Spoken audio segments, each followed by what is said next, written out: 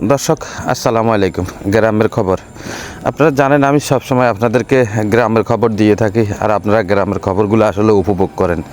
তো বেসিক্যালি আসলে আজকে আমি আপনাদেরকে যে ভিডিওটা দিচ্ছি, ভিডিওটা দেখলে আসলে অনেক খুশি হবেন। কেননা আপনারা জানেন যে লক্ষ্মীপুর জেলার ভিতরে যে বন্যা হয়েছিল, আসলে বন্যা হওয়ার কারণে আসলে যে আমাদের সবজির আসলে যে হয় বা গ্রামের ভিতরে যে সবজি লাগায়, আসলে মহিলারা একটা একটা করে মুয়া লাগায়, এটাকে বলা হয় আমাদের দেশে মৈলম। এই মৈলম গাছটা আসলে দেখেন আপনারা, আমি আপনাদেরকে দেখাচ্ছি একটা গাছের মাধ্যমে কয়টা মৈলম ধরার শুরু করেছে। এখন আমি আপনাদেরকে দেখাচ্ছি এই যে ফুল আসছে বা মলমগুলা ধরার পজিশন নিচ্ছে, বা এরা ধরবে, এরা লাগবে।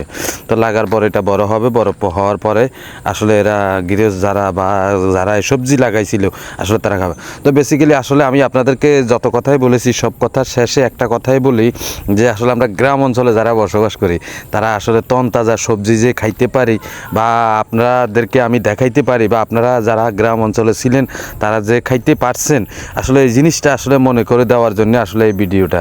গ্রাম অঞ্চলে আসলে ভিডিও অন্য আসলে কোনো পরিকল্পনা, এই যে দেখেন একটা মৈলম এগুলো ধরছে। আমার দেশে মৈলম বলা হয়, আপনার দেশে কি বলা হয়, কে কোথা থেকে দেখছেন জানি না, তারা বলতে পারবে।